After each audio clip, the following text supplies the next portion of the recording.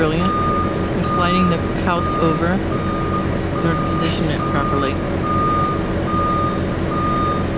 These guys are used to doing innovative and creative ways to get the houses where they need to go safely.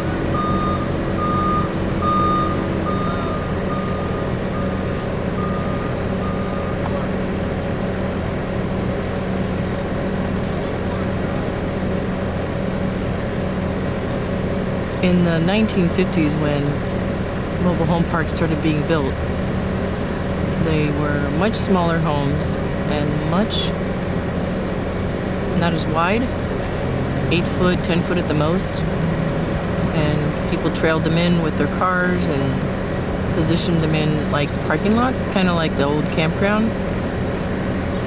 So now that the houses have gotten more exclusive and more premier, they're a bigger product. These homes are made in the factory. They're approved by the federal inspectors under the HUD code. All the appliances are energy efficient. All the windows are Energy Star certified. The roofing, the insulation, the flooring, the walls, everything is made to a higher standard, many times more higher than state codes. So these are very similar to modular. They come on a chassis.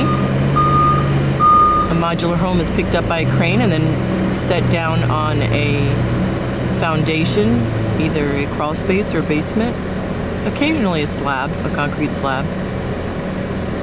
Our homes here at Edison Mobile Estates are brought in and then placed on a concrete pad.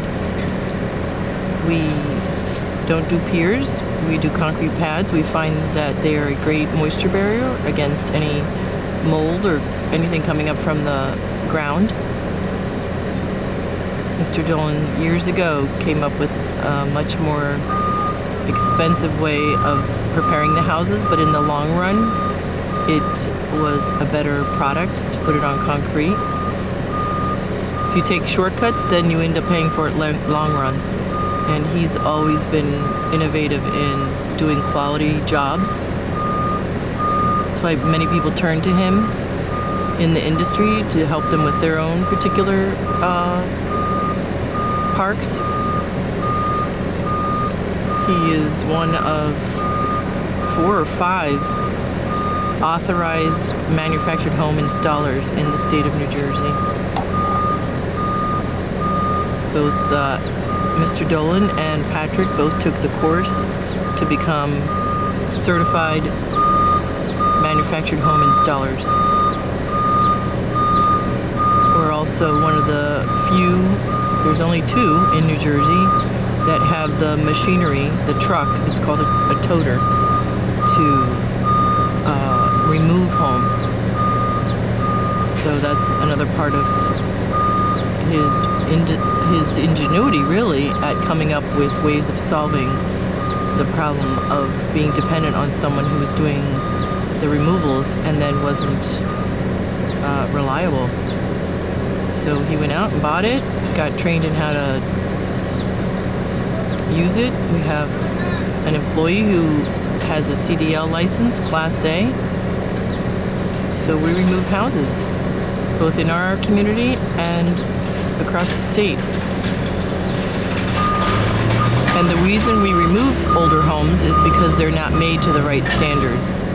It ends up costing more in utilities for the resident.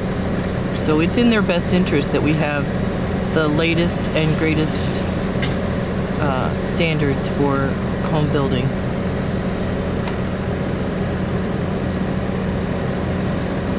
Okay, phase 2. He's going to move the house right into position now. Much better angle.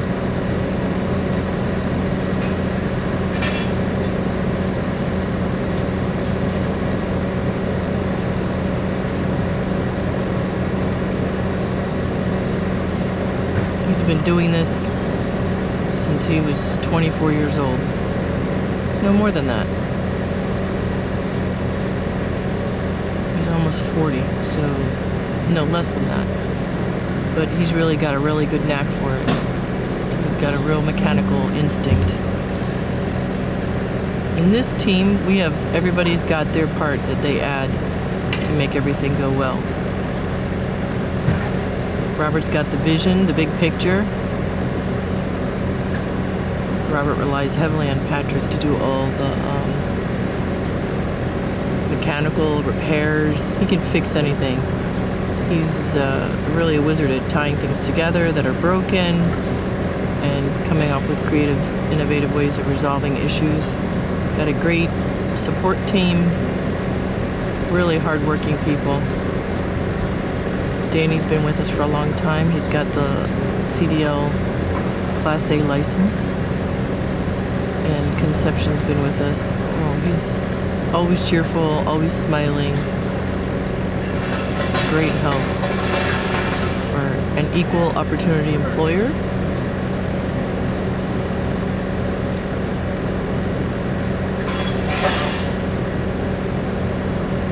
Really, we're a small family business. Just like 10 employees, that's it, in 3 different locations.